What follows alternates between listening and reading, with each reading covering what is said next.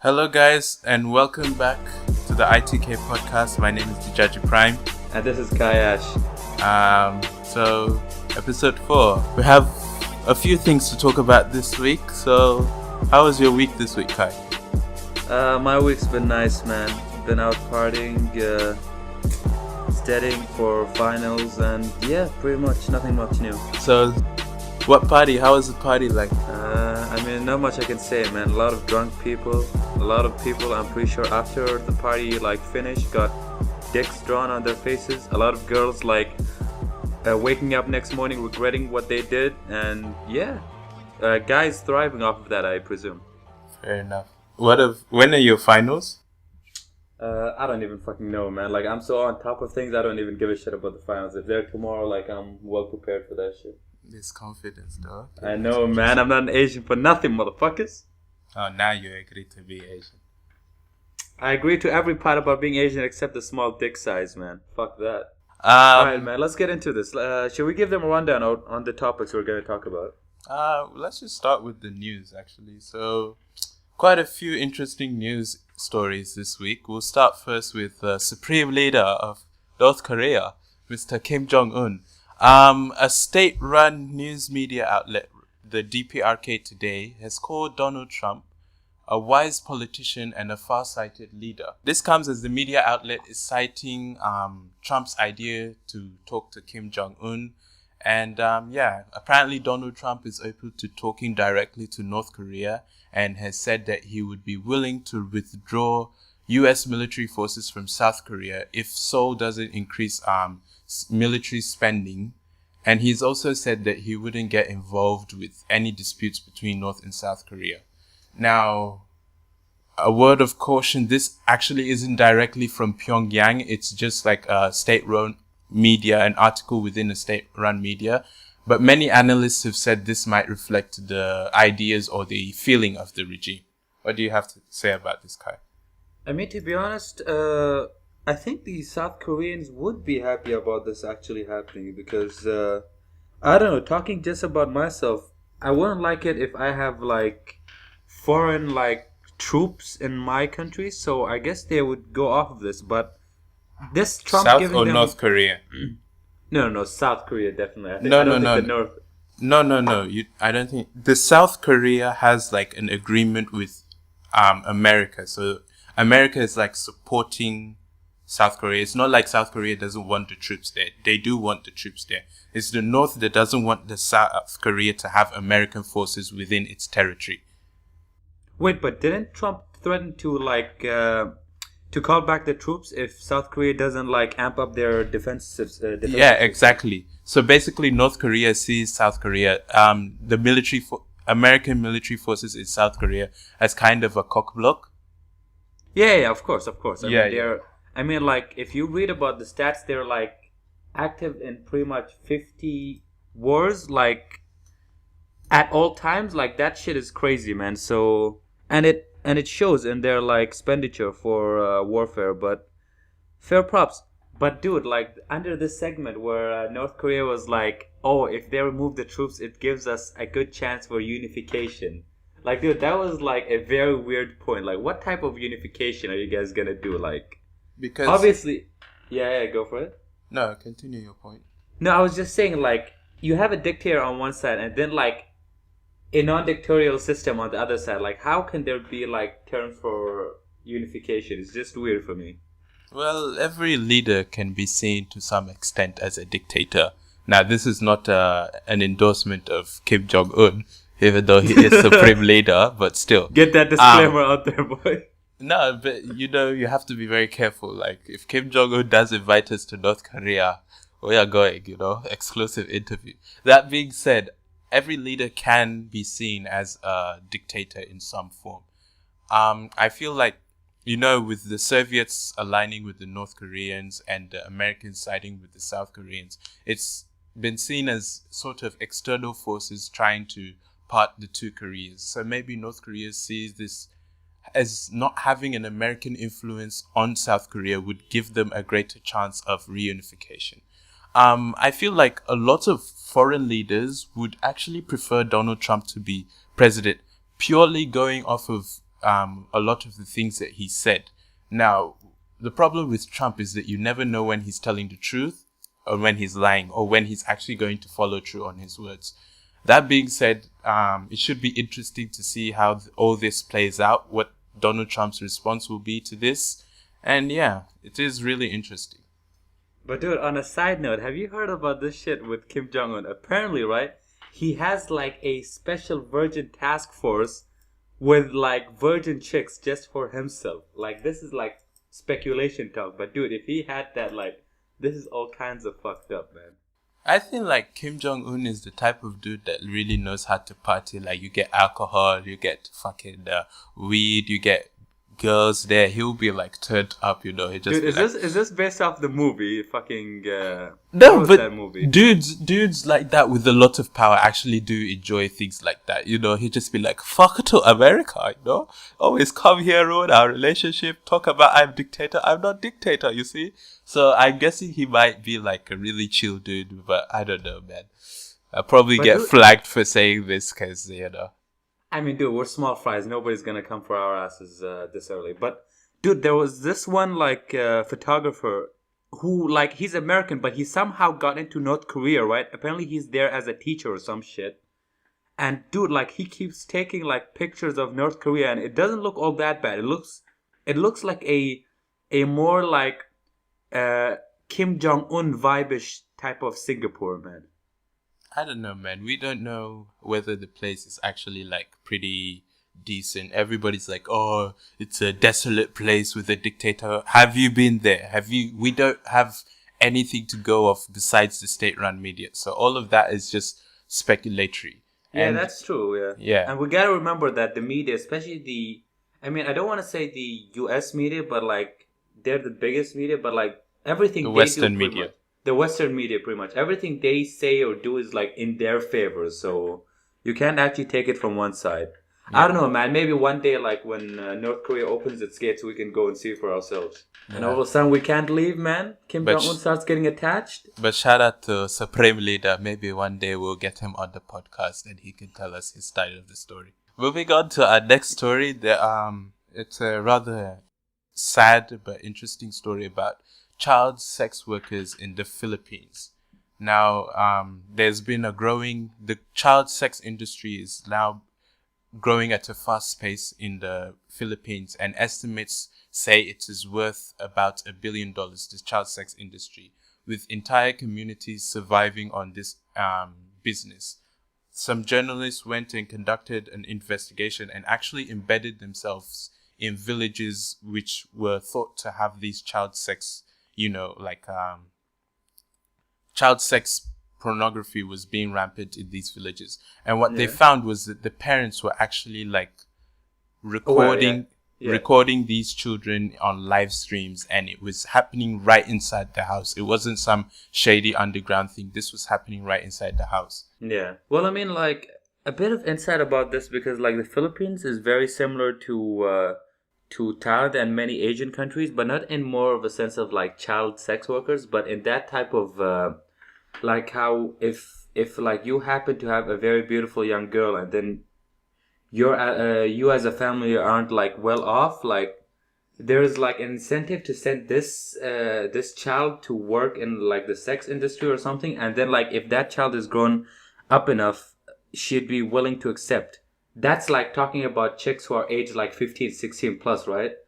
But I think that same logic can be applied for these like child sex workers too, in that type of sense. But more so, it's more like they're forced, and like because you being so young, you can't like actually go against it or anything. It's actually kind of sad, but I can see like how this can go, and people get paid off so easily. So I don't think anybody would go up against this. Yeah. But what do you think about this? I think it's a bit sick. Because of course, yeah. I don't know how people get off children but can't get off of like adults. That being said, there's some it's rather hard for the legal framework for them to catch these perpetrators, because now it's being conducted via live stream, and many of these people can maintain anonymity. And there's no real paper trail for them to be prosecuted.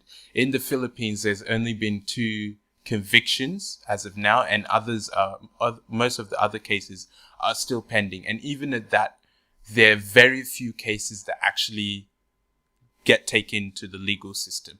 So you have thousands or hundreds of thousands or however many cases that are not being reported. Yeah, most of these kids thinking it's actually normal, and they're too young to understand what's actually going on. Now, a lot of people, a lot of people would think like it's just places like America that are streaming this. But a Dutch NGO called Terre des Hommes constructed a virtual Filipino child called Sweetie. And apparently it entrapped about 1,000 adults from over 71 countries. Holy shit, man. That was sick. Yeah. But going back on this whole like thing, right? About like just two cases and like finding them guilty and such. I think it's more so because like if it's like you said, parents are filming this type of shit, right? Then and the child like doesn't know any of this legal type deal. So who the fuck would like go out and actually complain or like inform the police? So if your like closest member, like your family member, basically your parents are like making you do this type, then who's there to like enforce this? The only way they'd get criminalized is like if a government system body like goes in and checks and then finds these type of things going on. Other than that, I can't see them being like held accused for their crimes. It's just sad, man. All these things that are happening is just like a very sad, state of affairs. It makes you wonder, like, what direction is the world going in? And, I mean, dude, like we've got 7+ billion people up in this world, man. There's some sick motherfuckers in this place, man. So a little bit more depressing news now. Apparently, the legendary musical genius Prince had died of opioid use. Yeah. Tests conducted by medical examiners showed that the legend had died of an opioid overdose. The medical examiner has stated that Prince's cause of death was a self-administered fentanyl. Yeah, fentanyl, yeah. And this is coming as a surprise to many of his family members and friends who have said that, and even Prince himself has said that he's often shied away from drugs and alcohol. He lives a very healthy lifestyle, and he's even been like talking about how he still looks very young. So I don't know, this looks very shady. It's interesting how most of these legends, well, not most, but a couple of these legends, right after they were able to get their masters for their music, were just suddenly died in mysterious circumstances. And dude, I can't believe things such as the medical report on his cause of death would be like released, man. Like, isn't that like personal documents or something? No, the full medical report hasn't been released, but this was just like a press statement, I believe, by the medical examiner. Yeah, it was released by the Midwest Medical Exam. It was actually it was actually placed on their Twitter handle, which I found very weird, to be honest. Yeah, but the full medical report has not yet been released as of recording this. But I just find it a bit iffy, like all these like high status celebrities like Michael Jackson, etc.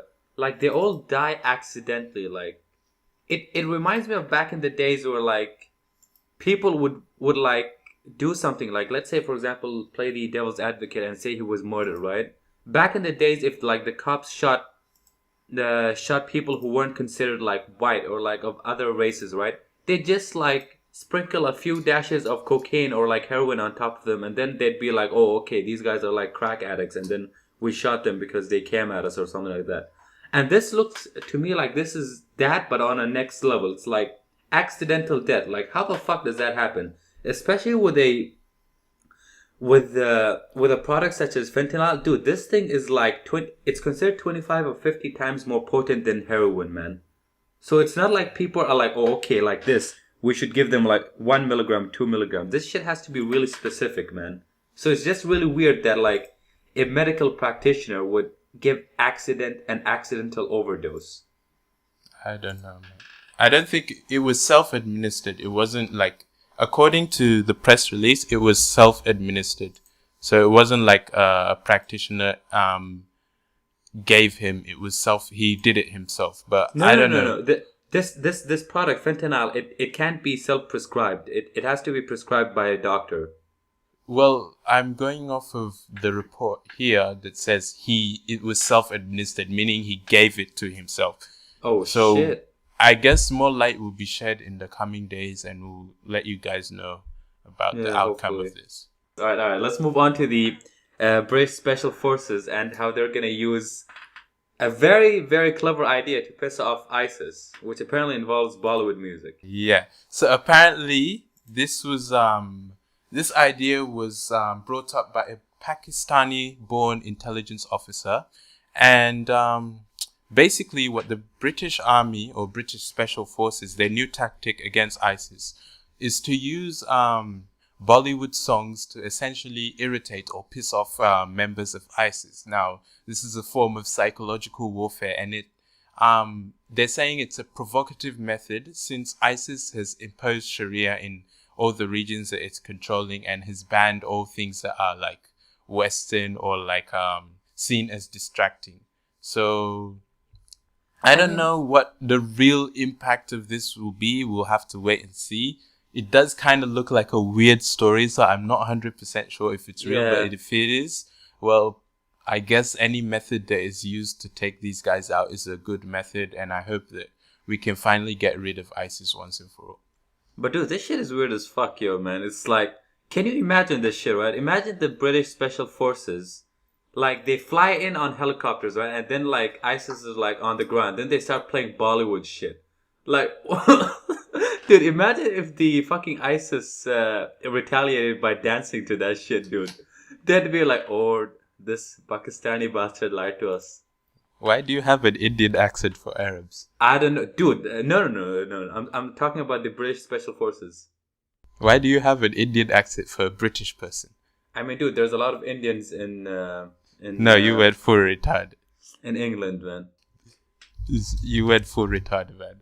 But yeah, I'm just a bit bothered about how ISIS can post videos on the internet and YouTubers get their videos taken down instantly if they like breach copyright. Like, how is ISIS able to post like all these propaganda videos on the internet and nothing really happens to them? But like if you post a video on fucking YouTube or whatever, it just fucking destroys it. They take it down immediately. But dude, let's go back to this. Where the fuck does on what platform does ISIS post their shit on though? I think they post on like YouTube and Twitter, but I'm not 100. I've never like sat down and been like ISIS propaganda video. This but is I weird think as they fuck, post man. on YouTube. Can you imagine like an ISIS like fucking communications worker, right, sitting down there and like hustle through the algorithms for Twitter and YouTube subscription? They're like sitting there like, okay, username ISIS 223 elboomshufelsisi@hotmail.com, this and then that. Like, dude, it's weird as fuck, man. And then they start posting weird propaganda related shit on their Twitter handles and YouTube, dude. This is all kinds of fucked up, man. Okay, man. Let's not. Let's play the fifth and move on, man. Before they start thinking we're actually. One thing before we move on, I think even usually like people end up re-uploading the shit on YouTube. So I think YouTube like can't be bothered to like take them down anymore. And secondly, YouTube can't be bothered to take down ISIS videos, but can be bothered to take down videos that infringe copyright. Because some of these copyright videos aren't even like correctly put forward. Dude, because like most of the time like you get reported, right? But dude, nobody wanna report ISIS up in this bitch, man. Nah, man, it's some shady shit. I don't buy that argument, man. I mean, that's true too. But then again, if you're YouTube, you don't want to fuck with ISIS, man. They can come to your headquarters and then bomb the shit out of you, yo. So moving on to France, there have been a series of strikes across the nation of France. And it's causing concern because Euro 2016 is supposed to be held in a couple of weeks, right? And a lot of people are worried because, you know, the transportation systems are down, you know, oil and everything has been like not moving at the pace it's supposed to move, and a lot of people are concerned. Now, the cause of this is that France has put forward a number of labor reforms which aren't being properly received by the French labor unions. So I thought this type of shit only happened in Africa, like in Nigeria, when like fuel prices just grow up and then like labor goes on strike. I never expected to see this type of thing happen in France, because this happened recently, like just this week or two, in Nigeria, where there was a deregulation of the oil sector and then labor unions went on strike, even though it wasn't very successful. But like, to see a country such as on the caliber of France go through such a problem, which really, I was reading some analysis. Basically, many people are saying these reforms will do well, but because the government has been unable to properly articulate them, it has left room for labor unions and opposition to take advantage of that. I mean, like, is it really weird that the workers are retaliating? I mean, to retaliate on this scale, they always say, like, if it was Nigeria, this would be on every news platform. In Nigeria, like, labor unions strike, the government has no control. But here it's like a lot more, you know, like, oh, it's a problem, but they'll get over it. So it's like that double standard that the media has when it comes to certain countries. Sticking with Nigeria, the government has put forward a plan, or has launched a plan, to clean up the Ogoni region of Rivers State. For those of you who don't know, Ogoni is a region in Nigeria, in Rivers State, which had seen a lot of oil spillage and essentially decimated the environment of that region. So President Buhari has launched a campaign which costs about $1 billion to clean up the region. And I hope that this will actually be followed through, like there will be a proper cleanup. And dude, I get for $1 billion, man. Yeah, no, but a lot more money will have to be pumped in to properly clean it up, and they're going to replant mangroves, and they're hoping that it will boost employment in the region, because obviously they're going to need to employ people to clean it up, to plant the mangroves and so on. And yeah, I guess this is finally the fruits of the labor of people like Ken Saro-Wiwa, who was actually executed for campaigning for the cleanup of the Ogoni. So I'm glad that he can finally, if this goes through, he can finally rest in peace, because he fought for a noble cause. Yeah, of course. He will always be remembered for his deed. Yeah, so Kai, can we get the final topic? Final news story? Yeah, obviously. Let's move on over to Japan, where a kid, Yamato Tanoka, was found in a hut. This Japanese though. And 1/3 Japanese motherfuckers. Sure. Was found in a hut by soldiers while they were training. All right, let's give you guys like a backdrop of this whole thing, right? So this goes down back to Asian upbringing, right? So this kid's parents, right, were basically punishing him, and then they abandoned him someplace. He ended up in a fucking forest which had like bears and shit in it, and then he survived for a total of like 6 days. Like, dude, fam, I'm not even fucking joking, man. Like, if I end up lost somewhere around my block, I don't think I can get back home, man. Needless to say, I would get fucked by a bear in a fucking forest, man. On some Revenant shit. Dude. At least you might get an Oscar. Man. No, at least you might get an Oscar. Dude, the fucking bear might become my baby mama, man. The Oscars are like the last of my fucking concerns, man. Rah, that escalated very. Dude, can you imagine getting a hand job off of a bear, I am man? not going to imagine. I am not. Off, no. Moving on, the first aid responders noted that the boy was calm at the time of being found, and his parents have since apologized to him. But I don't know, this sounds like something an African parent would do. Like, you are making noise, go outside, go into the bush, and they just leave you there for like 7 days, and then you have to walk back home, and then they just give you a bottle of water, and life goes on. But yeah, I'm glad he was found, and I guess next time his parents should be like a bit more calm. Dude, his parents ain't gonna leave him, man. His parents are just gonna like whoop his ass at home this time. They're like, whoop his ass, and then like they look at him, man. They're like, dude, if you go into the forest one more time, you ain't coming back, motherfucker. But dude, this whole thing about his parents like supposedly apologizing to him, and dude, I'll come back to this, right? The parent went to like apologize to the search team, his schools, his teachers, basically everybody who was worried over him, because during the span of that like 7 days, like they called everybody asking for this kid. But dude, like after doing this shit to me, and then you just apologize, nah, dude, that's not gonna go off, man. You need to buy me a fucking sex doll or like a sex machine, some shit, man. Dude, I don't think the guy has even reached like puberty for him to be. Dude, he doesn't give. Nobody gives a fuck, man. Just put a deposit in my account, name it like sex doll deposit, and then I can use it in 10 years, man. If I end up being a fucking virgin with no game, man. But apologizing. The sexual frustration in you is strong, man. No, dude, I'm trying to empathize with this kid, man. It's like I got lost in the jungle for 6 days and then you just apologize to me, motherfuckers. And you don't think about buying him something, but you think about buying him a fucking sex doll.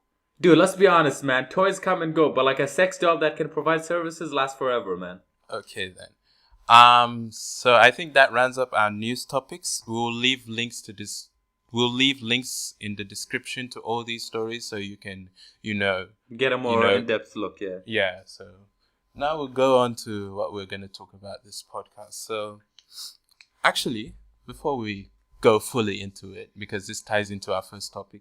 Yeah. So, man was chilling in his lab, yeah? You have a chemistry lab. I didn't tell you, right? So, this is my first time telling you. So, I was just in my chemistry lab, doing it's actually a chemistry and materials science lab. So, I'm just there. There was this, you're supposed to, I forgot what it's called. Where you flatten flatten like a piece of copper or a piece of brass. Yeah. And then you do tensile tests on it. Oh, okay. So man was like trying to flatten the copper and the brass. I don't know if I was looking a bit retarded, so I'm just doing it. And note that in most universities here, like a large population of them are mainlanders, like mainland Chinese people. So, okay. Being the person I am, I like interact with people of any like race or ethnicity or nationality. So I'm just there, doing my thing. A group of like 3 or 4 Chinese people opposite me are like, writing down whatever they're writing down. Suddenly I'm just doing my shit, and then I hear the guy just like, in the Chinese, like, hey gui. Now, shit. To all my black African brethren out there, the moment you hear a Chinese person say hey gui, just know he's talking about you. Now, hey gui is a Mandarin term for like people of, basically it's the Mandarin equivalent of the word nigger. So upon hearing this, I was like, let me rewind what he said in my mind. And I was like, yeah, did he say hey gui? He said hey gui. Okay. So I like paused. I looked at him with my I stared at him and I was like, I beg your pardon. And then I shit you not, the whole that area went silent because they were all like Chinese. So they all went silent. And then they were looking at me like, how the fuck did he understand what I was saying? I'm like, it's not really that hard. If everybody here is Chinese, I'm bound to have 1 or 2 Chinese friends who are going to tell me what that means. Yeah, so he looks at me. He's like, trying to pretend like I'm just tripping over nothing. So I'm just like, okay, I do my shit, I pretend like nothing's happening. I do my shit. Go back, sit down. He sits down across from me. So I calm myself down. Then I'm like, oi. Immediately he raises his head. He looks at me. At the same time, all his friends like clockwork, they all leave him and they just walk away. Like they thought I was going to turn up on some shit. So I was like, you know what you said, right? And then he's like, what did I say? I'm like, fam, you know what you said. I don't need to repeat what you said, but you know what you said. And you know the implications of what you said. You don't want no problems with me because I will fuck you up. And then he was like, he never raised his head from that initial moment when I said, oi. His head was looking at the desk the whole time. And then really? I was like, people get shot for that kind of thing. You will get murked in these streets for that kind of thing. I'm sure he's probably like, what the fuck, a murk? But I'm like, you will get murked in these streets for this kind of thing. So he's just he looks down at his desk. He's like, I'm just like, like, I didn't want to fight, I didn't want to punch, because you're in a lab and it's like not proper for you to do that you gotta kind stay of shit. calm, yeah. And I was never brought up to be that kind of person to like start fighting someone. But my parents always told me, stand up for yourself. Of course, yeah. And we'll always be proud of you. So I was just like, I'm not going to turn up, because then the impression is black people are violent. And I'm more mature than that. So I was just like, you know what you said, blah, blah, blah, blah, blah. Don't ever let that shit come out of your mouth, because the next person that hears it will probably murk you. So I say my shit, I stand up, and I move on. Now, most people... Wait, was this after the lab was done? No, this was during the lab. Mind you, other people heard me, because I wasn't talking in a low voice. I was talking in like a high voice. So half of the class could hear me, and I could hear people asking like their Chinese mates, like, what's going on? And then they were like whispering, like, he must have called him this in Chinese, blase, blase. So I'm just like, mind you, a lot of people would not have reacted that way. They would have probably like punched, or that's why you see videos like on YouTube or on Facebook about people getting in altercations. Yeah, of course. So never, when you want to insult someone, and this is especially, I don't mean to sound like prejudiced, but especially to people of Mandarin descent, just because you assume someone doesn't speak your language doesn't mean you talk shit about them within earshot. Because if they do hear you, you have no right to determine how they're going to react. Yeah. Some people will fuck you up. Yeah. And those people do not look like people who could stand in a fight. They will get murked easily. So don't ever like think because you speak a language you can't understand. Now, with Nigerians, we have a slang for Chinese people. We call them chinko. Now, this isn't something like born out of like hate or whatever. It's just like we call everything that's from China chinko phone, chinko whatever. It's just it's a like slang. A chink. Yeah, it's like a slang thing for Chinese. No, Chinese but the thing is, chink is actually a derogatory term. Yeah, but chinko is not a derogatory term to us because we have like Chinese people around there. Yeah. Now, with race and like prejudice, we hear the word racism thrown around. To me, and from what I've seen and read, racism is basically like, a hate or a feeling that your race is superior to another race. That's racism. Yeah. Now, saying black people can rap or black people can play basketball, that's not racism to me. That's prejudice.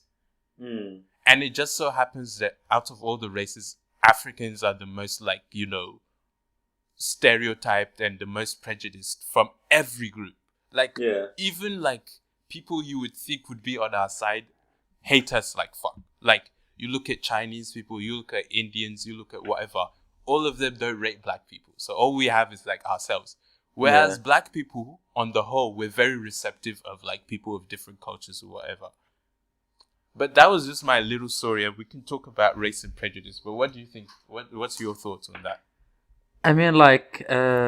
This kind of reminds me, sorry to interject again. This kind of reminds me of that one time I told you someone had called me that either you were like, oh, let's go find the person, let's go beat him up. Then I was like, nah, there's no need for that. But if I think at that time I was a bit heated, but we wouldn't have like, hit him. We would just like, fucked with him. We would just like, yo, what did you say, man? Like, just be careful when you say this. And then we would have like hustled them for a bit, but we wouldn't let them go off, man. Because, like, dude, like, when you break it down, like, Hegwei, like, I'm pretty sure you know this, but I'll just break this down for people who don't know, like, Mandarin, right? He means black, and Gui means a monster or ghost, or, like, it's something really fucked up. So, when you call somebody Hegwei, it's really, really, really bad. And I don't know if that guy was, like, trying to, like, stunt on you in front of his, like, homies. They're like, oh, look at this, like, black dude, or look at this, like, cunt, or whatever, right? But, this is so, like, fucked up. Why would you want to do that, fam? Like, this guy, like, I'm pretty sure he doesn't even know you. Why would you want to talk about somebody you don't fuck with? Or, like, you don't even know? It's really weird, man. I'm not even mad that he called me that. Because I'm of the belief, like, I'm not PC. If you want to say, like, call me a nigger, call me a nigger. But if I run up on you, you can't control how I react. If you want to say it, say it. What I was mad at is the fact that he couldn't just say what he wanted to, like, he assumed that I would understand. So it's like double. Like, first you say that shit, and then you assume I don't understand. And then when I confront you, you try to play like you did nothing wrong. Own up to it. Yes, I called you Hey Gui. What's up? I'd respect you. Like, you stand by your word. But you call me that. You pretend like you don't know what you said. And then when I talk to you, you can't even look me in the eye like a man. Like, what are you? Your friends will never respect you because they were in the back, like, laughing at him. And I was like, whoa, those are the people you call your friends. Like, if I were ever in a situation like that and my friends did that to me, best believe I'm not hanging out with those people. Yeah, you can't be friends anymore. Dude, you should have, like, called them out on that one. Like, do you see those guys, they were with you? Like, where are they now, man? You should talk more shit, man. Nah, I wasn't like, when you talk too much, you don't see, it's like you're going off. So just keep your that's true, because short and to the point and just move the fuck on. Yeah, because you weren't gonna hit him anyway. I guess that was good if you were gonna like try to get violent with him. But if not, then I guess that wouldn't have been like very effective. But yeah, about racism and prejudice. Because a lot of black people will use the defense that blacks can't be racist because we don't have any institutional backing and everything is run by white people. While that's okay, the definition of racism is basically the hatred towards another race or feeling your race is superior. I don't feel blacks are superior to this or that because if you go back far enough, we all black. That's not my problem. I always reaffirm the fact that I'm black from the waist down, by the way, just so you know. This random fact though. Apparently when you talk about your penis size, it's really not all that, but we can let that slide. Okay then. So yeah, when racism to me, like I don't fuck with racism. Like prejudice I can understand because everyone has their prejudice. Even me, I go into things with my own prejudice. I try as much as possible to keep an open mind, but at the same time, like if some Indian is rude to me, I'm gonna be like, those fucking Indians. That's how they are. That's how they see black people. That's just with my experience. I try as much as possible, and there are some people who I rate very much, who are very important to me, and special to me, that are of Indian descent. But that being said, that doesn't mean like I'll walk into every Indian or every interaction with an open mind. Like I'll be like, maybe he might be a total dickhead, or maybe he might be really nice, you know? Yeah, of course. But that's my own prejudice. That isn't racism. I'm not being racist. I'm just having a prejudice. Yeah. But I mean, that is true. Like, it. Let me just like interject for a minute. Like, it's true. Like, how can we not be shaped by our experiences, right? Like, before they met me, right? A lot of people were like, "Oh, fucking Middle Easterns, man. They're all like really scary. They're all like terrorists and things like that. This, that, and like we have a reputation of being like arrogant or something because like apparently we're wealthy or something like that. But when people end up meeting me, I end up changing like their view on like Middle Easterns and Muslims and anything like that. Like you have to be shaped up by your experiences, like. Or what do you think, Yeah, I agree with that. And when I see videos on YouTube talking about Asian people are tired of these questions or black people, man, shut the fuck up. At least the person owned up and told you how he thought and how you have changed his perception. Yeah. Like I have a friend who's from Japan who told me like, after meeting you, my perception of Nigerians has changed. And I'm very proud of that. Yeah, of course, yeah. I'd be very proud of that. There are people who talk to me are like, oh, your English is very good. And then I educate them. We speak English in Nigeria. English is taught in Nigeria. Everybody speaks English. If you can't handle educating people, then don't go out. Don't talk to people. Not everybody knows everything about everywhere. I don't know everything about everywhere. That's why I ask questions. Yo, how do you do this in your house? How do you do this where you're from?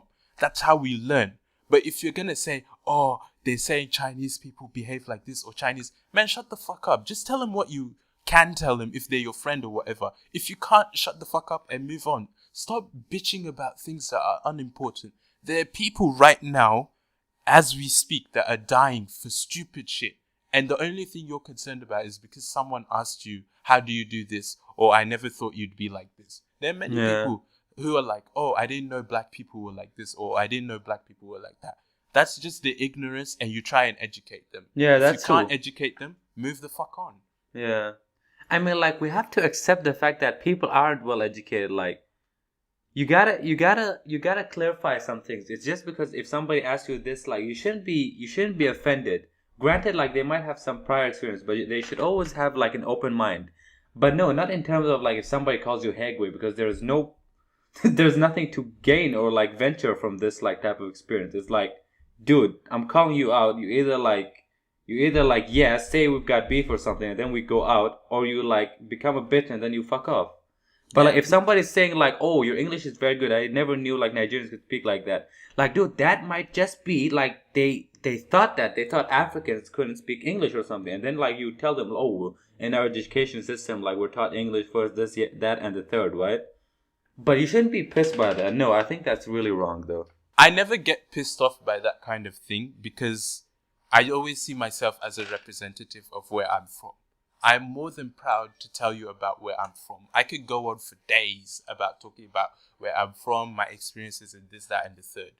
That's how you learn. And I like listening to people tell me about... Those are the kind of interactions and discussions I enjoy the most, where you tell me of course. It's low-key representing your country, yeah. Exactly. Like, you should be that makes prideful me of that. super proud. That makes me super proud that I can tell you about, yo, Africans don't live in huts. We live in cities. We use phones, this, that, and the third. We might do a few things differently, but we're all human. We all fuck, eat, shit, and piss. That's Of basics. course, yeah. We're all human. Even though you might shit in a fucking white toilet, man might be shitting in the bush, we all take a shit. There's no difference. We're all human. If we slice our skin now, blood's gonna pour out. We all function the same way. Maybe if you're Kim Jong-un, you don't shit, man. Allegedly, he doesn't shit, so... Sorry, I apologize to Supreme Leader. So, in guerrilla news... Oh, fuck. Alright, dude, let's go off with this gorilla shit, dude. This shit got me so heated, man. Like... But did it get you charged up, though? Dude, it got me so charged up, dude. Like, fam. Like, let's leave all this bullshit about, like, endangered species being kept in zoos or what.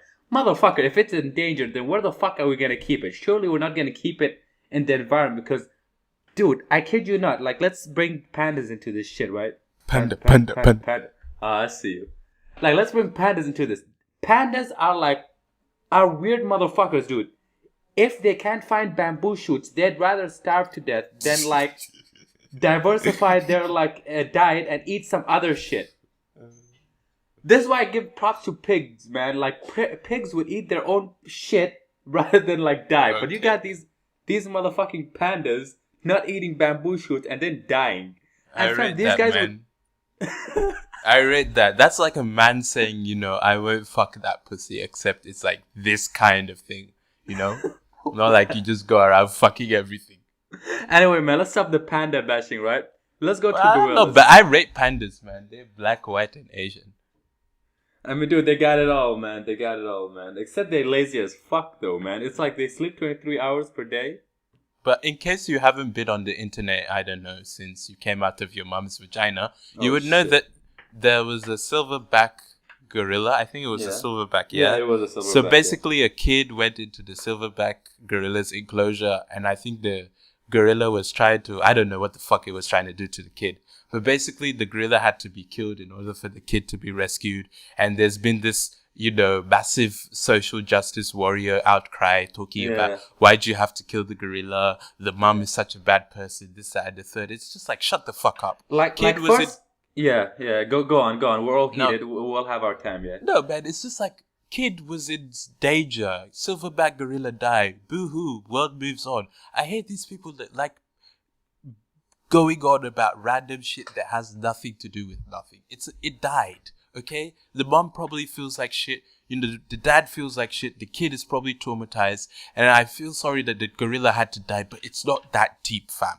Move the fuck on. If you really cared about this social justice, you'd be blasting about how people are dying in Syria on a daily basis. You'd be blasting about how someone can sit somewhere in a remote location and just shoot at a whole family and kill them all just for the fun of it. That's the important shit, and that's what we need to stop. Not about a fucking gorilla dying. But I don't know, man. Maybe I just share that opinion.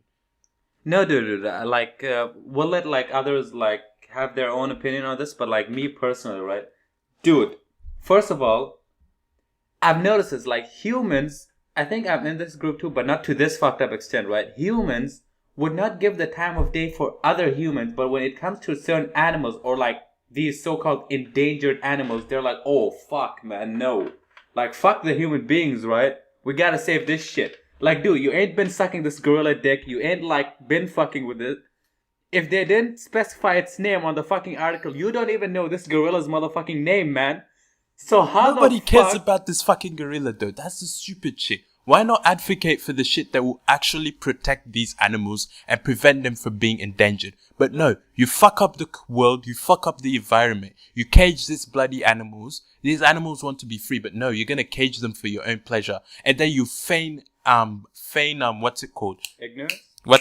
No, not ignorance. What's the fucking word? I don't know, man. You pretend to be sad about it dying. Like, who gives a fucking shit? It's a gorilla. Since when is a gorilla's life more important than the fucking kids? Dude, I saw one comment, right? I wanted to go up to this person's face and then, like, throw them into the fucking gorilla inhabited and then see what the fucking gorilla would do to them. Or just slap him a couple of times with a gorilla penis. But dude, I swear, man, like, the way they talk online, it's like they've been fucking with this gorilla from day one, man. It's like they're fucking Tarzan in that fucking Disney movie. They've been getting raised with this gorilla, been eating ants with this motherfucker. Running trains with the motherfucker. Yeah, man, been like swinging up in vines with this motherfucker. Been taking vines with this shit. And like, dude, they're all outraged. Like, fam, situation is, okay, blame the parents, whatever, but okay, that shit is done and dusted, right? Current situation, kid in the fucking gorilla river, I don't know, damp, whatever the fuck the gorilla space we'll call it from now on, right? I mean, granted, the gorilla was like looking out for this. It was like patting it on the back, like checking it, yo, my homie, my little Tarzan, how you doing? All that other shit, right? But fam, do you guys know how strong this motherfucking gorilla is? They fucking tested chimpanzees, right? I shit you not. They test like a pulling strength of the chimpanzee. Granted, a very strong man who weighs like 210 pounds can pull 170 pounds, right? This is the pulling strength of that strong individual. A fucking chimpanzee, like they put a chimpanzee on a machine, right? They pulled him, okay, they gave it a banana, like, okay, motherfucker, pull this shit. He didn't know what the fuck was going on, so he just like had his hands on the bar or somewhere, right? This motherfucker pulled that shit and it was like 900 pounds, bro. 900 pounds of pulling strength. Now that was a fucking chimpanzee, right? Take this to another level when it's a silverback gorilla. This motherfucker would have like shit tons of pulling strength. So just like pulling it would like pull this kid apart. This very vague number. Shit tons of pulling strength.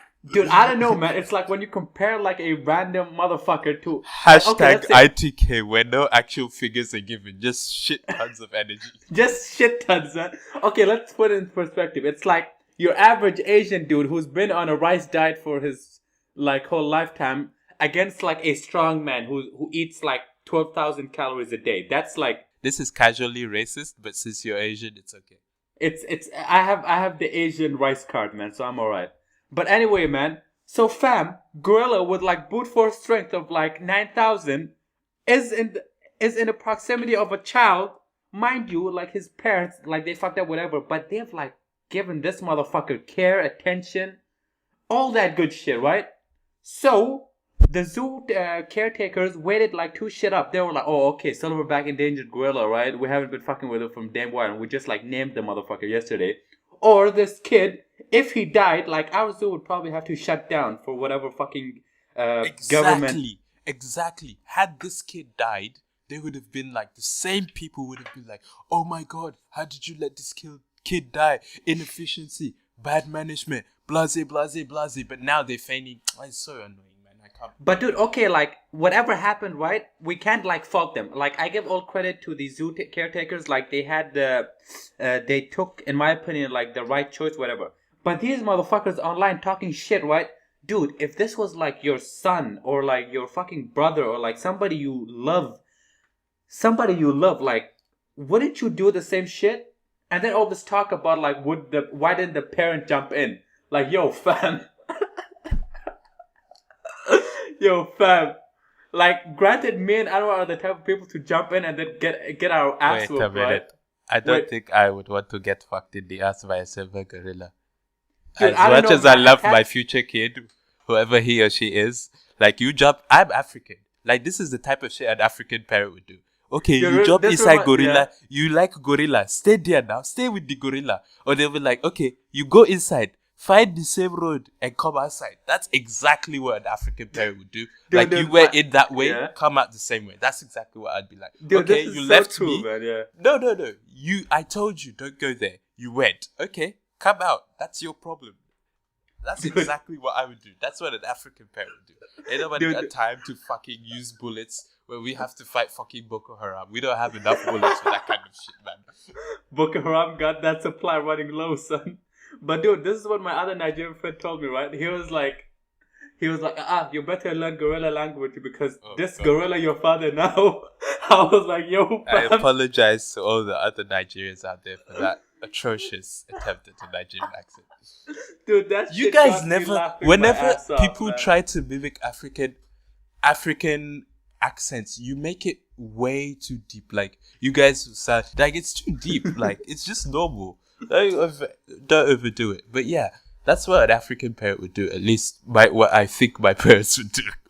But yeah, but dude, anything else on this? Like, dude, like people are like fucked up in this world, man. When they care about something, like they have no attachment to, but then like something who could like be your fucking nephew or like looks distinctly like you. Like, it's weird as fuck, man. But yeah, man. Shout out to the gorilla. It's a shame he had to die. But yeah, man. Hopefully he didn't die a virgin though. He got some like gorilla pussy before he went, man. Okay then. So But dude, wait. One thing about gorilla, I played this in my mind like a couple of times. Dude, imagine if they had a task force, right? Go down there instead of fucking guns and AKs, right? They go in with bananas and shit, dude. What if gorillas, like primates, don't actually like bananas? But they're vegetarian though, so they don't like meat. So what was the other option? No, but we've had these stereotypes. Is it a stereotype? Like the rabbits like carrots and primates like bananas. But primates do like bananas though. Chimpanzees fuck with that banana. I don't know, man. Maybe gorillas don't like bananas. Maybe they like fucking I don't know, onions or some shit. Or they could have asked for somebody who had a penis bent like a banana, and maybe that would have solved something. Okay, we're moving on now. So, I actually want to talk about something that might not be considered that much fun, but I still think it's something we need to, address. Because, we're young adults, and occasionally you might go through, but if you don't know, we're talking about depression here. Yeah. So, there are days when you feel like shit, you don't want to, go to uni or go to school, or you don't feel like talking to anyone, and that's perfectly fine. But the thing with society is that we tend to not have outlets to this emotion, or we tend to not have people to reach out to. So I don't know what would you say causes depression? I think the thing with depression is like it's like a downward spiral. Like, okay, we're human and life is fucked up, right? Like, there's gonna be days when like things happen, or like somebody got sick, a close friend got sick, somebody passed away, something happens. Like, unless you're really strong or like really calm, you can't like process that in your brain. So you're gonna start breaking down, and you're gonna start feeling dull. It's gonna show in your actions and such. But this is gonna happen, and this is a natural process. We're mourning, like we're in a sad moment in life.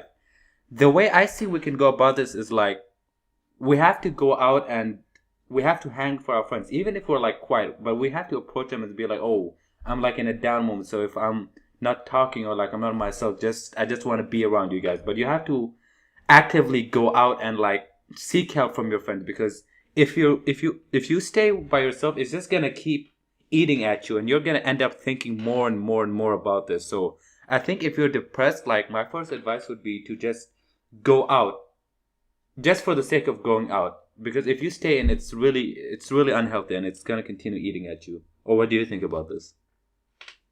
Well, yeah, you raised some valid points. To me, like, I don't know, depression to me is like a sense of hopelessness. You feel like you're hopeless, or whatever is going on in your life is hopeless. I think it's caused by a number of things, but mostly like emotional distress. Like you said, losing someone, whether like physically losing them or emotionally losing them, like a breakup or death or whatever. But I think the main problem with depression is that we all don't know how to deal with it. Yeah, and of I course. think I was talking about this last week, and we were more like joking. But I think in society, we're not taught certain things. We're not taught about sex, relationships, things like drugs and depression. All these things are like, taboo topics that we don't talk about and we ignore, and they only happen to weird people. No, it happens to everybody. Like, there are people that I care about that are depressed or have faced depression. Even me, there's some days when I'm depressed. Yeah. And the problem with depression is that you don't know how to cope with it. Now, Yeah, for of me, course. I'll just say a few ways I think you could deal with it. Firstly, speak about it. My mom always told me, like, if you have something, say it or write it or just let it out of your heart. Because like you said, when you keep it in your heart, it eats away with you. Yeah, of course. Now, I'm surprised that you say this because you don't necessarily say it or let it out. You tend to keep it, which frustrates me because I consider myself your friend. Yeah. But I feel like I like to listen and I can tell when people are upset. But yeah, that's very true. a lot of people don't know how to handle when people are depressed. They'll tell you things like, "Oh, depression isn't cool," or "Oh, I don't rate depression," or things of that nature. Yeah. And that makes the person not want to reach out to you. And then later they're like, "Oh, why didn't the person reach out?" Because you were being an asshole when he was giving you subtle hints about his depression. So I think speaking to someone, have someone who you know can listen, who understands you very well, and just be open with that person and let it out. Yeah. Another way, if you don't have anyone to speak to, and a lot of times you may not have someone to speak to, write it down. Writing is very therapeutic.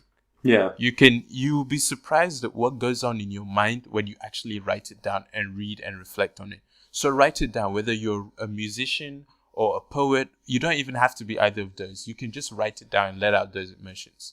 And even if you don't have any of that, just record yourself or just speak to yourself. Like people say, don't speak to yourself. It's weird. No, sometimes just letting it out in general will be helpful. Yeah. And I guess maybe no one will be listening to it. But I guess if anyone does feel depressed or anything, like I'm more than ready to listen or to like hear you out and hear what you have to say. Like we're more than ready to listen or take like whatever situation you're going through. If you want to send it to us, that's more than fine with us. Even though we don't have an audience, but still just putting it out there. Dude, this guy reminding us each and every fucking week. Yo, dude, we're getting there, you fucking bitch. Yeah, I know we're getting there, but I still have to be realistic and know that we don't have an audience. So I'm not going to say, yo, you could reach out when no one is going to reach out. But yeah. Dude, it's like what I've been telling you, man. Like, so far, this shit is going to get broadcasted to space and like some aliens be fucking with our shit, man. Some aliens be talking like in fucking alien language, right? And then all of a sudden ITK comes out, and then you're just like, we get access to some alien pussy, man. Okay then, but yeah, I don't mind listening. The problem is people don't know how to reach out, and you shouldn't. If you're unhappy, most of depression comes from relationships or work. Nothing should make you more unhappy than it makes you happy. And I know that seems very obvious, but it's not always as obvious when you're in that situation. There's a couple of people who are close to me, who are in relationships or in friendships or whatever they may be, where they're more unhappy than they are happy. Yeah, and or where they have to sacrifice more than what's needed.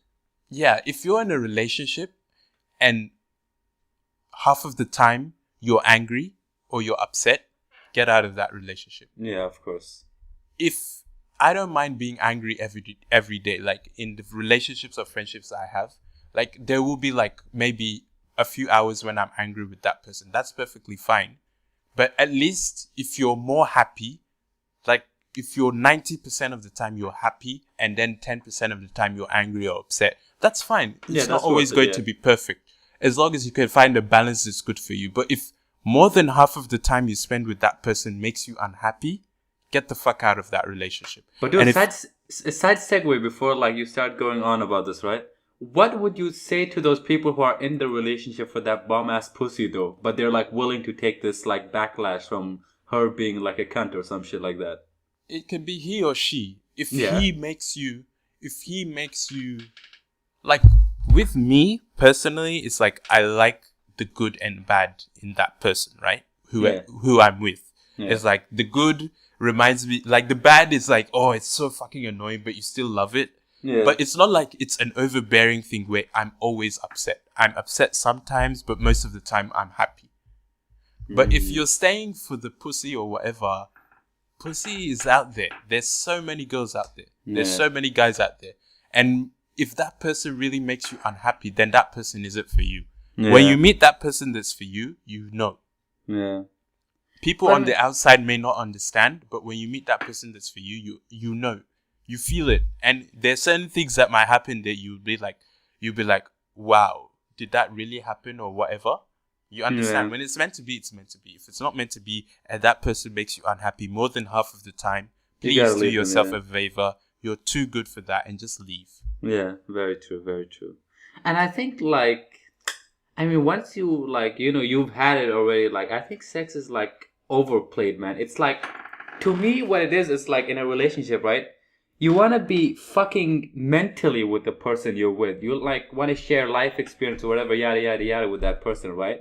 And sex at the end of the day is a very big cookie you're given. And then you feel oh, okay, this is the shit. And then you go on with your day.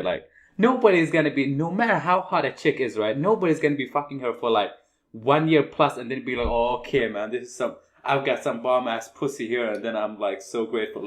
Granted, you're grateful and all this, but dude, it wears off, man. It wears off.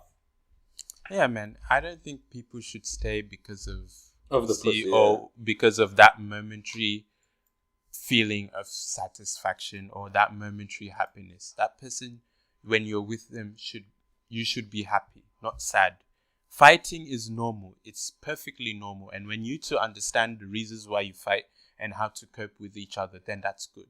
I know when I piss off this person, and that person knows when they piss me off. Acknowledge it, and if you can make it better, make it better. You know? Yeah. Yeah. Yeah. I just wanted to talk about it because it's something that people don't talk about and feel hopeless in. They can't reach out. And I'm always there for anybody to reach out to me. Because I know what it's like to want to reach out to someone and not have that, you know? Because there was this time I posted something on Facebook, and it wasn't even I was depressed. It was just a lyric, and then someone inboxed me yo, don't post that kind of shit on Facebook because it makes you look like a simp. And it's really? I thought you were my friend. If I am posting something and you don't care and it makes you uncomfortable, then just unfriend me. It's that easy. Oh shit. Yeah. But that's just the world we live in anyway. Yeah, of course. But one thing about this depression thing, let's tie this all up and then move on, right? The thing with depression, it's it's such a taboo subject for people for some reason. It's like being obese or having a type of addiction. It's when you're depressed, there's no easy way people have found to go about it and be oh guys, I'm depressed.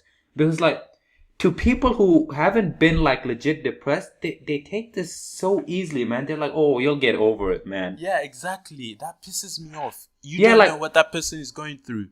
Just shut the fuck up. If you can help him, help him. If you can't, move the fuck on.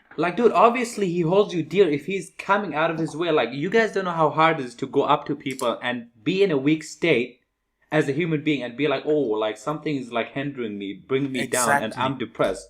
So if somebody came out of his way to say this, dude, give him your time of day, man. Listen to this motherfucker, because think about it. This could be the fine line between him being there for the foreseeable future or him taking the easy or the hard way out and ending himself. Because that's how most people end up suiciding. I'll get on why I think suicide is bullshit to me, honestly, because I'll get onto that. But this is what happens. People are depressed. They try to go out to their friends, right? And then people shut them down oh, it's just a phase, man. You'll get over it. You're just a teenager and yeah, this is something normal. I've done this back in the day. But that motherfucker could actually be on the hinge. This could be the tipping point of whether he comes back or he falls off. And now I'll let you give your opinion on this, but even not to go that far as suicide, just shut the fuck up. Sometimes people just want you to listen to them to know that they are important to you or whatever. Yeah. If someone texts me like, yo, I need to spend time with you, this, that, and the third has happened. Even if I can't, I will make an effort to go, because that's what a friend would do. That's when we are friends, you know, when you are down, I will help you up. And when I'm down, you help me up. That's what friendship is. Yeah. Sometimes people just want you to chill and listen to what they have to say. Sometimes they need their mood to be raised. Sometimes they just need to see your face. That's just it. Also, with people and relationships or work, sometimes you just need time off. Yeah. Sometimes you don't need to be talking to that person 24/7.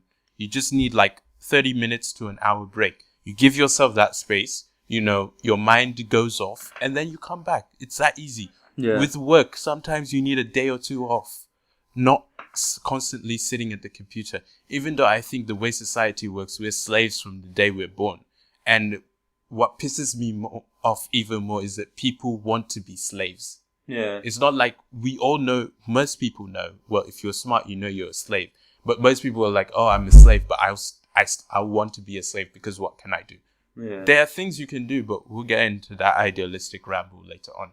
Yeah, this brings like, dude, it seems like we're just like deriving off of this, but this is one thing I really hate with the advancement of like technology and such, right? It's like, okay, if a person sends you text, the main thing that isn't like attached with text messages is like emotions.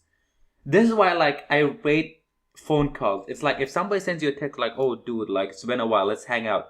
You don't know like where they're coming from emotionally and like how their state of mind is. So when they're sending that message, and if you haven't been fucking with this person for a while, you're like, oh, okay, this guy's like a friend, right? But I'll let him on the back burner. I've got more important shit to do. But if you hear him like on the phone, you might be more inclined to go out with him if you hear like he's depressed. Because, dude, like if you're depression is like a sickness. You can't like shut that shit off. You can't be all like perky. I mean, like most people can't be. You can't be like upbeat and stuff when you're depressed. And this takes me secondly to like why have we stopped calling people we've been fucking with, man? Because we don't feel, you know, it's hard to talk to people, you know. Maybe I'm just a bit more old fashioned in that I grew up without like having a phone. My mum would like seize my phone from time to time and I had to go out and interact with people. It's hard to talk to people these days because people don't have social skills. And people are just like, oh, and going back to what you said about having time or I have more important things. Yeah. People our age are not that busy. Yeah, that's very true. Yeah. If someone tells you they won't hang out with you, just know you're not worth that person's time. Yeah, of course. People can come at me or exams and that. If you rate that person, you will make time for that person, even if it's 5 minutes. Yeah, of course. But I've seen people who are not that busy. Yeah. And just before you come back about phones, interactions on face-to-face or conversations, it's intimidating a bit because you can see that person's reaction, good or bad. And most people aren't ready for that. Most people in our generation, that's why when you have conversations with people in person, they're very unentertaining. They can't hold a conversation anymore. I feel that our generation, we have the attention span of like 6 seconds. 6 seconds, oh, this is too boring. I'm done. I can't be bothered. Yeah. We don't have attention spans no more. And that's really sad to see. That's very true. And like last thing about phone calls, it's like what one of the closest people to me once said to me, it's like, one guy asked him like, dude, like you talk a lot with your mom. This was overseas, right? You talk a lot with your mom on the phone. Why don't you just message her? This guy like looked at this other dude that asked him this question like he was a fucking retard talking out of his like ass, man. He was like, fam, this is like my mom, right? I would spend all the money I have just to have a few minutes with her on the phone, voice to voice, where I can hear her emotions, hear her like the closest you can get to a face-to-face conversation, right? Rather than like sending her messages like, yo mom, how are you doing? It's just like just hearing that person's voice who you love and hold dearly. It just makes you feel that much better, man. And this is why like I think if you fuck with somebody, you should like call them, man. Like, yo, my brother, let's go out, man. Or like, let's hang out. This is why I always call you motherfuckers. And then you guys end up sending me messages. And I'm like, these motherfuckers. Are you talking about me? Because I'm the one. I'm talking about people who are hearing this shit. this indirect message though. But yeah, shout out to all the moms and all the women out there. I feel like we don't respect women enough. And yeah, man, we spend like a mother takes care of you for like at least a year. For at least a year, you're like with your mom 247. So it's like really sad to see that we don't respect women and mothers as much as I feel we should. Yeah. But maybe that's just me. But we'll talk about that another time. So slightly related to depression, I guess. Inspiration, motivation, and being yourself. Yeah. What do these words mean to you? To be honest, they mean everything. Like I can't empathize with people who like try to change themselves, or like how they are perceived by other people to fit in a certain clique, because to be honest, I can't remember myself having ever done that to like such a great extent, but I can understand why. But I'll just like to talk about like why it's important about being yourself.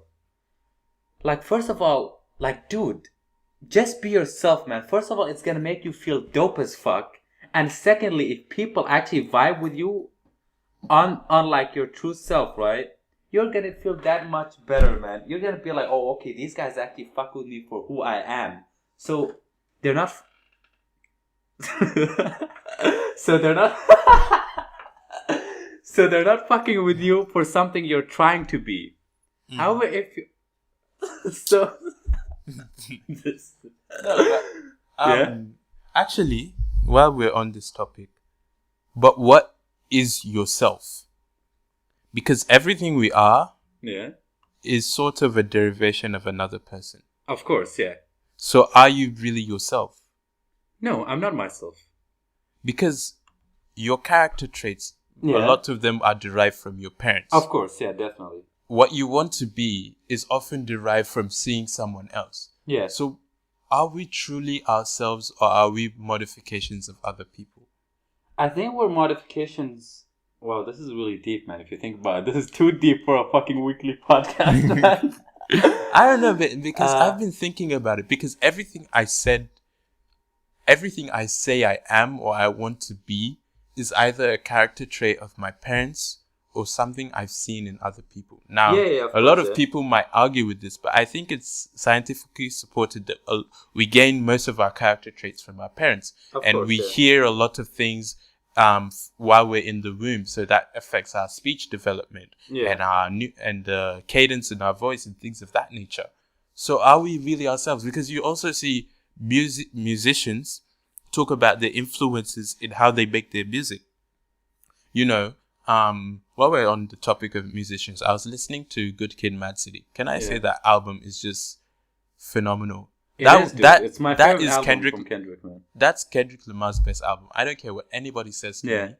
That's Kendrick Lamar's best album. But really, back to on topic, are we really ourselves, or are we modifications of others?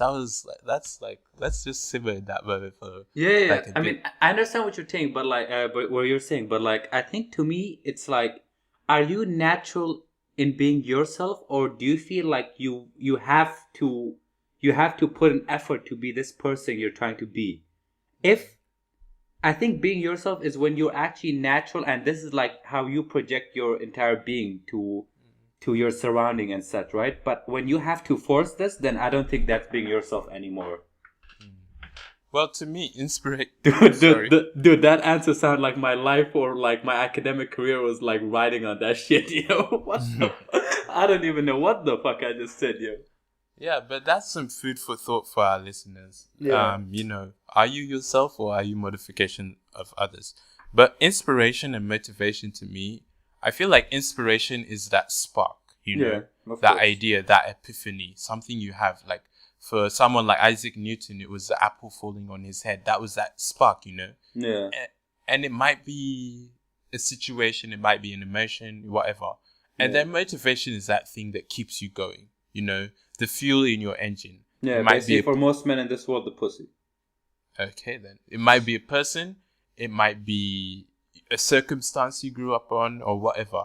But I think those two things are key in being human. Now, I've seen in the past week, I don't know why, but a lot of people have been saying, what's my inspiration, or I'm not very inspired.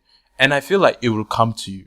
It's an epiphany or a moment. It will come to you. And when it does come to you, make sure you're able to recognize it and just go with it. Yeah. When it comes to you, just go with it and don't look back, because that might be your door to something great, you know? Yeah. And being yourself, I think we should just be honest. Spend time with ourselves. You don't need to document everything. You don't need to show everything to anybody. Actually know who you are. Because we live in this age of information where we want we want to show everybody everything. Yeah. And it's like, we don't need to. When we started this, we didn't need to tell everybody. We didn't tell anybody. We just started it. Because that was our own thing. We didn't know if anybody was going to listen. We didn't know if anybody was going to rate it. We didn't know if anybody even cared. People probably don't care. But we're still going to do it because that's our own vision. It makes us happy, yeah. It makes you happy. Be yourself. Love yourself. We live in this world where men don't love themselves. Women don't love themselves. They feel they need to be a certain shape. They need to look a certain way. You are beautiful the way you are. You don't need makeup. You don't need to go to the gym like 23 out of 24 hours in a day. Just because Kylie Jenner looks like that or has lips like that or an ass like that doesn't mean you need to be like that. Of course, yeah. People who love you for what you are will come to you.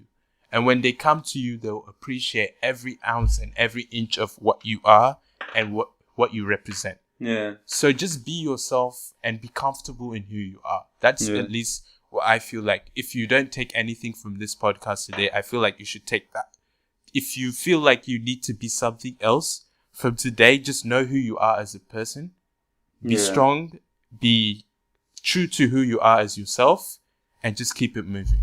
People will love you for who you are. Of course, yeah.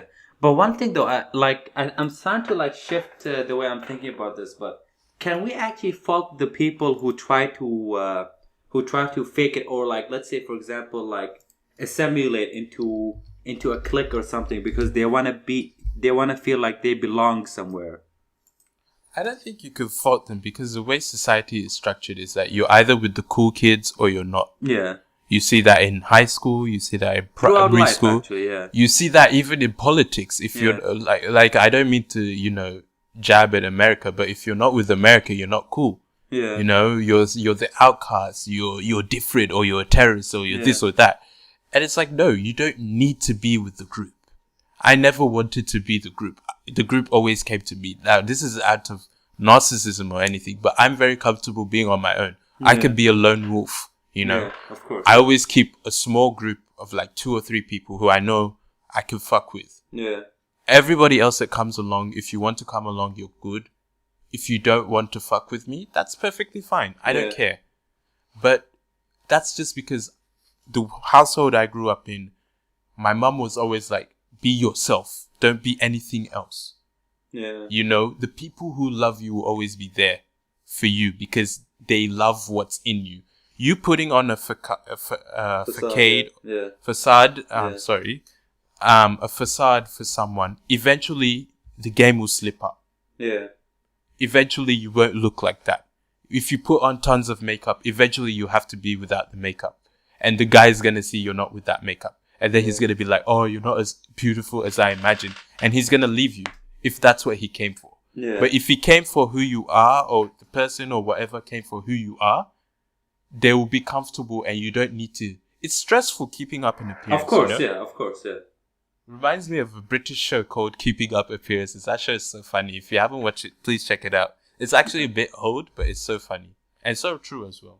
Oh, actually, dude, going based off this, it's like, now I think I got it all wrapped up. It's like, sure, you can try to alter your personality or like how you're perceived by your peers and such, right? But if obviously they're doing this and then like it bears fruit and then it makes them happy, but how long can you keep this going? That's why I think you should just go with how it feels for you effortlessly, because it's like making an effort to breathe, man. Can you imagine that? Like one day, like, oh fuck, man, it's like 7 a.m. Let's get this shit. Like, I don't wear earrings or whatever the fuck, but I got put this on and then like get into this persona, and then it's like, how long can you keep this going, man? I think that's the thing that like I find iffy with like trying to be somebody you're not, because how long can you keep that appearance up? It's gonna wear off sometime. So might as well go you from day one and then be like, yo, if if I've got like, rather than have like 1,000 friends or some shit, or like rather they're not even friends, they're like acquaintances. I'd rather have like one legit friend that will last like a lifetime, man. Yeah, and don't get us wrong. We're not saying, don't wear makeup or don't talk to people. Of course, you can wear makeup, do whatever makes you feel comfortable. Yeah. But just know who you are and show that more. Well, you don't need to show it. It's up to you what you want to do. Yeah. But just know who you are as a person and be comfortable with that. When you're comfortable with who you are, everything else will fall in place. The friends, the hoes or the girlfriends or whatever, everything else will fall into place. It might not seem like that at the time, but eventually it will. All right, dude. Let's just wrap that whole thing up, right? That was the really like emotional segment. Dude, let's go on this thing. Man. It's not every time. Maybe last week's podcast was funny and then this was a bit down. And it's not every time we're going to sit here and joke. Yeah. Sometimes we're going to spit the truth too. We're going to talk about deep things or whatever. And if you like that, fine. If you don't, then maybe it's not for you. Yeah. But or maybe you can stay tuned for next week's podcast. I mean, it's not going to be this gloomy every time, right? It's all up to you, to be honest. I just felt like these are some things that were on my mind, some things that had happened to me this week, some friends that I've seen, and I just felt like, maybe we talk about it. But dude, if you did enjoy it, then thanks. If you learned something, Yeah. If you take anything, like take that thing about depression and like vibe with people when they say like they're depressed. But now on to lighter things. Right? Wait, dude. As a last note, that friend that has, if it's a long time friend, you haven't talked to him and you listen to this, just text that person, yo, let's meet up. Just spend some time. Not always, and you don't need to Snapchat it or Instagram it or whatever. Spend some time. Call for fuck's sake, turn off your phone, turn off your computer and just chill with someone that's really close to you and just vibe. That's the best feeling in the world. Yeah, very true. Anyway, dude, let me tell you the story, right? Mm-hmm. I know it's going to be something retarded, but please continue. Dude, it's some retarded shit, right? I asked a chick once, right? This coming from, like, my misconception, like, guys with the shit, whatever, whatnot, or right? So I was talking to my female friend. I was asking her, like, yo, if you could be born, like, an average or below average male or female, which one would you choose if you could have that ability to choose, right? And she was like, fuck you, man. Definitely I would choose to be a female because if I like turned out below average looking, right, I can still enhance myself with makeup. However, if I was a boy who's like below average looking, then like 9 times out of 10, if I don't get carried by my personality, I'm fucked. And this holds so true because like shout out to all the makeup like Kylie Jenner with all of her like fucking whatchamacallit, man. Blush, naked, lipstick, whatever the fuck, whatever like type of thing that makes girls feel like they're the shit and stuff like that, and then it actually enhances them. Like shout out to that, man. But dude, I feel bad for all the guys who get hustled the next day if they like went with this chick who they saw to be like a 10 or whatnot, right? And then they wake up and then they see her without makeup and they're just like, oh my, oh Dios mío. First date, we're both diving into the ocean. If we both wear dude, makeup, shout out to that first date at the beach, man. Like fam, first date you come with me to the beach, right? Fuck that, yo! I'm grabbing a towel. I don't care if you have waterproof. Your face, you have waterproof, fire retardant makeup. I will go. We need to do some research on like Nigerian juju that will expose makeup, man. Fam, I should people... next time we meet up, right? I'm bringing you one of those like fucking makeup removers, right? And then you low key be like, oh girl, I'm gonna put like sun lotion on you or whatever, right? And then grab that fucking oil, rub it on her face, and then like if it looks like if it looks like you just rubbed fucking Joker's face, then fam, if you fuck with this chick hard on like a mental level, then you keep fucking with her. But if you've been fucking for appearance sake, then you gotta leave, man. I think the girls think we're really stupid. Some girls will put on so much makeup that you can fucking paint the Mona Lisa. I know that's your joke, but I'm gonna steal it. But some chicks will put on so much makeup that you think it's she can paint the fucking Mona Lisa with all the makeup on her face. And they expect that we don't know that you have our makeup. Like fam, it's glaringly obvious that you didn't come out with fucking blue eyelids and fucking red lips and fucking, fucking brown eyelashes. It's obvious. Like, just be comfortable, man. Just be comfortable. I'm not a very handsome guy. I know I'm not a very handsome guy, which is why I like, picked up comedy so that at least if you're too harsh on yourself, but dude, you get carried by your personality, man. So it's alright. And then you have that like, and I talk a lot of shit. Mandingo dick, so I think that carries you too, man. Okay, I do not have the Mandingo dick. Okay, it's just a nice, nice normal penis. Dick. Because if you have too big a penis, man, it hurts the girl. I mean, that's true, man. It's like you have it 7 inches, and then you can only put like maximum 6.5, and then that 1 inch gets left out. It's just like there. Shout out to all the Asian girls that have like Congolese boyfriends or some shit, man. I don't know how they deal with that. Mandingo. I don't know, man. They be sleeping with a pogo stick and shit, dude. I don't even know, man. Anyway, well, that was an interesting podcast. Do you have anything to add? Dude, I think we're gonna enjoy this shit more than our like listeners, man. This has been a very enlightening podcast. Yeah, man. I just hope that you learned something, you understood something, you talked to someone, someone that's close to you, spend time with them. And like the world isn't all bad, there are good people out there. There are racist people, but there are equally good people out there. And it's not all bad or bad stories, and it's not all, doom and gloom. There's positive out there. Just you have to look in the right place for it. Of course. Before we wrap things up, do you want to give them like music recommendations or anything? Because we are first and foremost like hustlers with the music industry and all that other type of deal, right? Now you're gonna make it sound like we're big shots or something. Anyway, you're the one who's in LA, first of all, and secondly, I gave music recommendations last week, so it's your turn. All right, man. Actually, I'll just give one. Yeah, go for it. There's this Nigerian singer called Brymo. It's spelled BRYMO, Brymo. And if you could check out his album Clitoris, it's actually spelled with a K, not a C. It's a really nice album if you're into like soulful music. What was the song called? The album is called Clitoris, and it's spelled with a K, not a C. So KLITORIS. Yo, fam, are you fucking with me on the download, or is this like a legit album name? No, it's legit. Clitoris. It's a really like soulful, jazzy type, Yoruba type song. All right. You know like Ibei, right? Yeah. It's like that, like mixed with like you don't know who Fela is. Anyway, for all the Nigerian people out there, or people who are familiar with African music or want to learn, it's basically he sounds like a mashup between Fela and Asha, and it was a really great album. I'm gonna do a review of it this weekend. I've been procrastinating, but I'll try and do it this weekend. Dude, like I've been listening to like old R&B or like R&B dudes who are still in the game but are not popping. So I would just like to give out shout outs to two guys, right? The first guy being Music Soul Child. Do you know this dude? I've heard of him. Music Soul Child, right? I fuck with all of his shit. So if you want to download all of his albums. But I'll give you one recommendation for one song, right? It's called Just Friends. Like, dude, that song I've been listening to it for the whole week, and it's a really happy, chill song, man. So listen to that. And I gotta give a recommendation for a lovemaking song. So it's Celebration by Tank. This love-making song, though. I mean, dude, not a lot of people are going to be listening to, like, raw love-making noises. So we got to have that love-making music, man. Hey, man, sometimes the raw love-making noises be cute as well.